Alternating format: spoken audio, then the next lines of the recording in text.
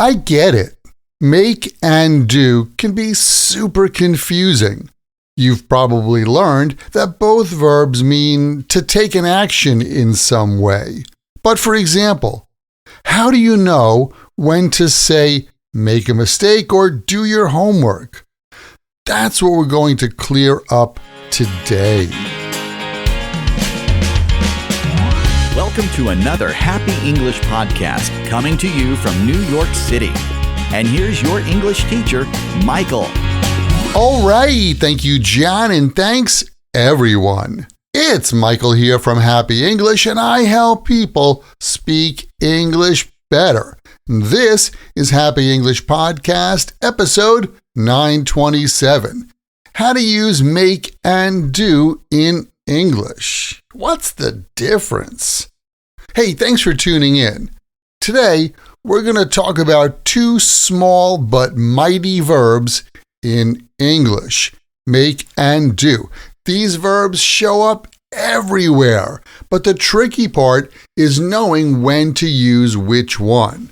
So today, we'll go over the core difference between make and do, and I'll give you lots of real-life examples along the way.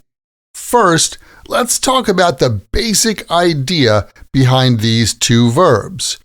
We use do when we talk about general actions, tasks, processes, and responsibilities. Do is more about performing an activity, not really creating anything new. Like when Jack says, I have to do my taxes this weekend.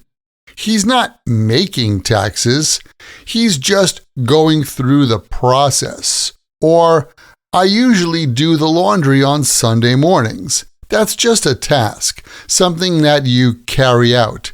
And here's one I say all the time. I'll do my best to finish this by Friday. Do my best. Again, there's no object being created. It's effort. It's work. It's a process. On the other hand, we use make when we create or produce something. It could be physical, like a cake or a sandwich, or it could be more abstract, like a decision or a plan. Like last night, I made dinner for my friends, or Jack made a mess in the kitchen and didn't clean it up again. Here's another one. I made a few phone calls this morning to confirm our appointments, and I need to make a decision soon about whether I'm traveling for the holidays. So, just to sum that up, use do for actions, tasks, or things with no clear outcome. Use make when something is created, even if it's not physical. But I know what you're thinking. What about those weird expressions that don't follow the logic? Yeah, I get it. English is full of those. We call those collocations, which means words that naturally go together even if the grammar rule doesn't help you. For example, we say make the bed, not do the bed. I know, that one surprised me too when I was learning Japanese and thinking about the same confusion. Jack makes the bed every morning, even if it doesn't look that neat. The point is, the phrase make the bed doesn't actually mean to construct or build the bed. Make the bed just means to arrange the sheets and blankets neatly on the bed. Here's another collocation with make. Jack's daughter makes a fuss every time it's bedtime. That means she complains and resists. Totally normal for a 4-year-old. Now, let's look at a few more tricky cases. You can do your hair, but you make a mess of your hair. When you do your hair, you style your hair. maybe with a hairdryer, curlers, or just a comb. And when you're done doing your hair, it looks great.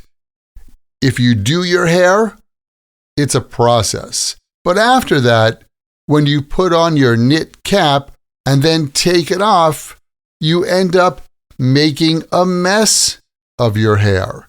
You make a mess. You create a mess. Here are two other related do and make phrases. You can do business with someone. When you do business, you go through a process to buy, trade, or sell something to them. And the result? Well, hopefully, once you do business, you can then make money from that business. Now, when I say you make money, it doesn't mean you physically produce bills and coins. To make money means to earn money, do business, and make money. These are just combinations that you have to learn through exposure and practice and memorization. Here's another one that learners often mix up. Make a mistake versus do a mistake. The correct one? Make a mistake.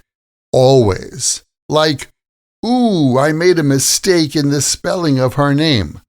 When you make a mistake, you create the mistake. It wasn't there before you made it. Make means create. On the flip side, we always say do homework, not make homework. Like, I did my homework on this company before the job interview. Here's the logic. Your teacher gives you an assignment, and you go through the process of doing that assignment. Maybe you need to read something and then answer questions. In a sense, your teacher makes the homework. She creates it. Then you do the homework.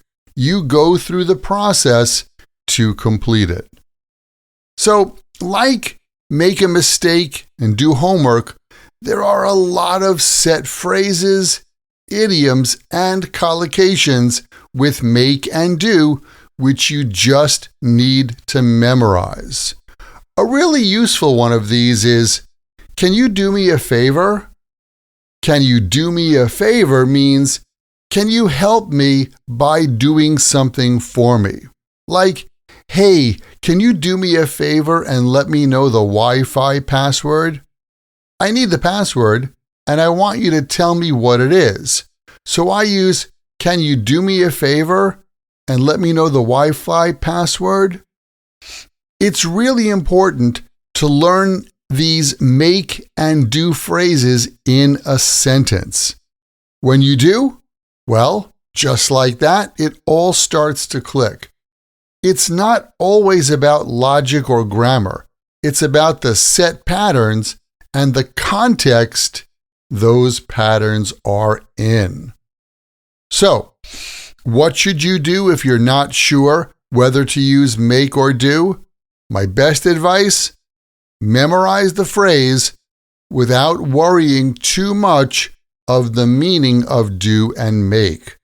Memorize the full phrase. Make a plan. Do the dishes. Make a phone call. Do your best. That's how native speakers think. We don't say, is this a creating verb or a task verb?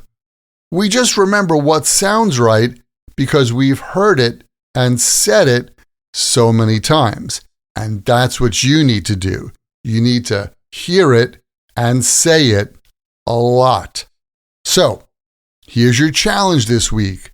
Write down 5 things you do every day and 5 things you make. Try using full phrases like do the shopping, make dinner, do your best, make a list, do exercise, make a plan. Say them out loud and get a feel for the rhythm. Today, I've given you just a handful of these make and do phrases. Now, you need to work on memorizing them and remembering how they are used. You know, the context. And if you want help practicing these, and all of the other things that we cover in this podcast, come on and join my Podcast Learners Study Group. We meet every week to practice the grammar, vocabulary, and pronunciation from these podcast lessons. Just click the link where you're listening right now or visit myhappyenglish.com and choose podcast episode 927 for more info.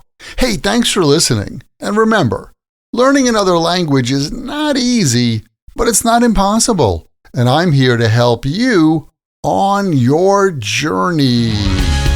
This podcast was brought to you by Happy English. Please visit myhappyenglish.com. Show your support for Happy English by leaving us a review. Get English, get happy, Happy English.